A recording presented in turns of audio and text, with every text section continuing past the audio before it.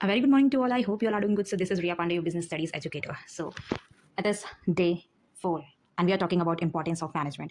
In previous video we have already discussed about the objectives of management, जिसमें हमने 3 objectives की बात की थी. कौन-कौन सी? Last one is personal objective, second one is social objective and the first one is organizational objective. ठीक है. अब हम यहाँ पे importance of management की बात करेंगे. देखो, बिना मैनेजमेंट किए कोई भी बिजनेस टॉप पोजीशन पे तो जा ही नहीं सकता. ठीक है.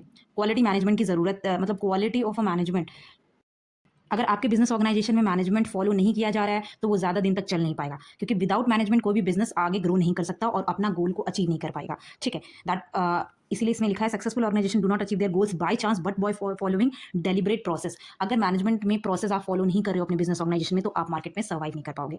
और अगर आपका मैनेजमेंट अच्छा नहीं चल रहा है तो आप कितना भी पैसा बिजनेस में लगा दो, कितना भी समय लगा लो, कितने भी एफर्ट्स लगा दो, it does not give you और it does not make you a successful businessman. ठीक है. मोस्ट ऑफ द जो बहुत सारे बिजनेस है उनके फेल होने का जो मेन रीजन होता है ना, वो पुअर मैनेजमेंट. मान लो आप कोई इंस्टीट्यूशन चला रहे हो, स्कूल चला रहे हो, कोई कॉलेज चला रहे हो. ठीक है. आपने टीचर्स को हायर कर लिया बट आप उनको प्रॉपर प्लानिंग नहीं दे रहे हो, प्रोसेस फॉलो नहीं कर रहे हैं, तो फिर क्या फायदा है आपका. तो आपका जो मेन ऑब्जेक्टिव है बच्चों को एजुकेशन प्रोवाइड करना, वो हो ही नहीं पाएगा, क्योंकि सिंक ही नहीं बैठ रहा है, कोई प्रोसेस ही नहीं फॉलो कर रहा है. बस आपने टीचर्स रिक्रूटमेंट करके टीचर्स लाके भर दिए, कोई प्रोसेस नहीं फॉलो कर रहे हैं आप. मतलब कोई भी टीचर किसी भी क्लास में अपनी मर्जी के हिसाब से जा रहा है, पढ़ा रहा है, नहीं मन कर रहा है, नहीं पढ़ा रहा है, मतलब आप कुछ कर ही रहे हो, मैनेजमेंट कोई ध्यान ही नहीं दे रहे हो. तो इससे क्या आपका बिजनेस, मतलब इससे आपका इंस्टीट्यूशन अच्छे आगे बढ़ेगा? नहीं बढ़ेगा. Of course in the absence of the management no organisation can run successfully. अगर आप चीज़ों को मैनेज नहीं कर रहे हो, आप मैनेजमेंट को फॉलो नहीं कर रहे हो, तो कोई भी बिजनेस ज़्यादा दिन तक नहीं चल सकता. तो बिजनेस के जो इंपॉर्टेंस है उसके कुछ पॉइंट्स दिए गए हैं. ठीक है. The major importance of managements are, बस इतना सा है, कोई भी बिजनेस को लॉन्ग टर्म के लिए मार्केट में सर्वाइव करने के लिए, अच्छे से चलाने के लिए, उसको ग्रो करने के लिए आपको मैनेजमेंट की रिक्वायरमेंट है. आपको उस चीज़ों को मैनेज करना होगा, आपको प्रॉपर प्लानिंग बनानी पड़ेगी. ठीक है.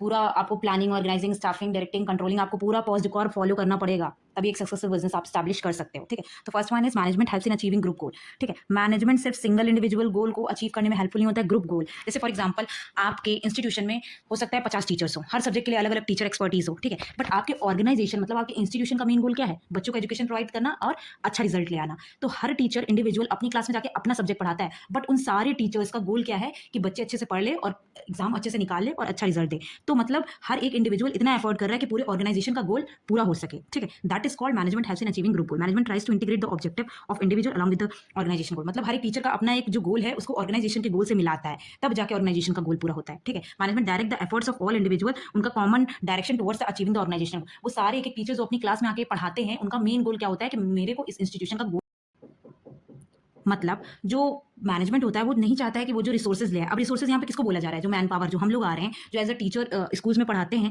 वो सोचता है कि उनका ऐसे यूटिलाइजेशन करे कि ऑर्गेनाइजेशन का, जो उनका स्कूल का मेन गोल क्या है, टीचर एजुकेशन प्रोवाइड करना, वो अकॉम्प्लिश हो सके. अब वो कैसे अकॉम्प्लिश होता है? By following work planning, organising, staffing, directing, controlling. ये पूरा पॉज रिकॉर्ड है ना, ये फॉलो करके आई होप आप भूले नहीं होंगे इसको. Planning, organising, staffing, directing, coordinating, reporting and budgeting, ये पूरा फॉलो करेंगे. ठीक है.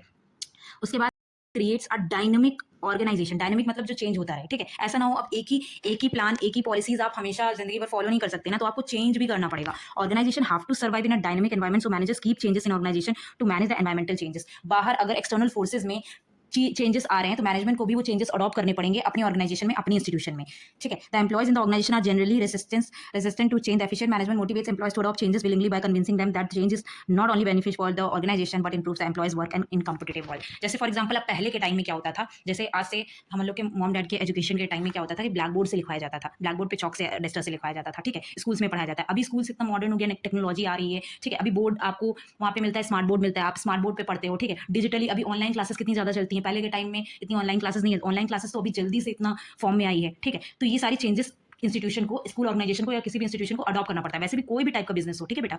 कोई भी टाइप का बिजनेस हो, अगर टेक्नोलॉजी के हिसाब से वो चेंज नहीं होगा तो वो मार्केट में सर्वाइव नहीं कर पाएगा. तो management creates a dynamic organisation. Dynamic organisation मतलब एक ऐसी ऑर्गेनाइजेशन जहाँ पे चेंज होता रहे.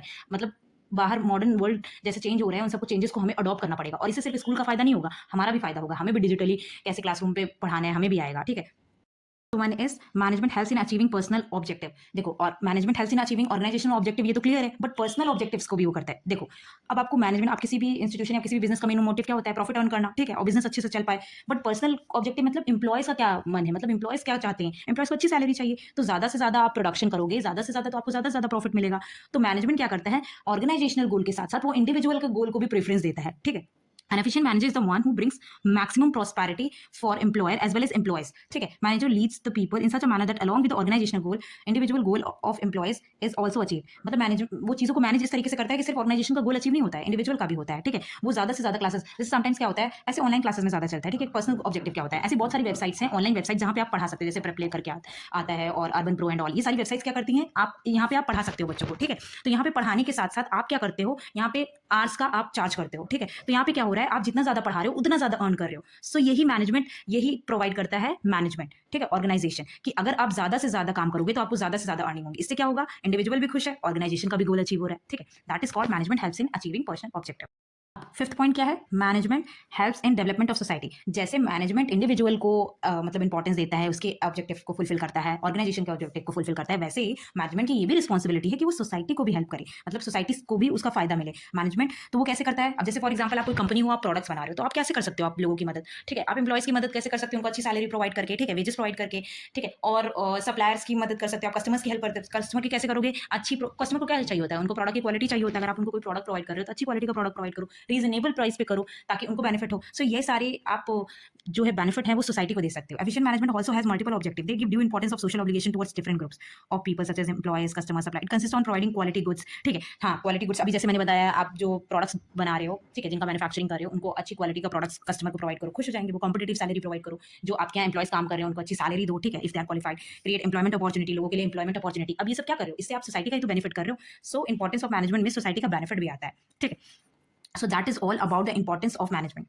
All about the importance of management. In next video we will discuss about the nature of management. Thank you for watching this video. Stay tuned for the next video. Kindly like and subscribe for more such educational content. Thank you.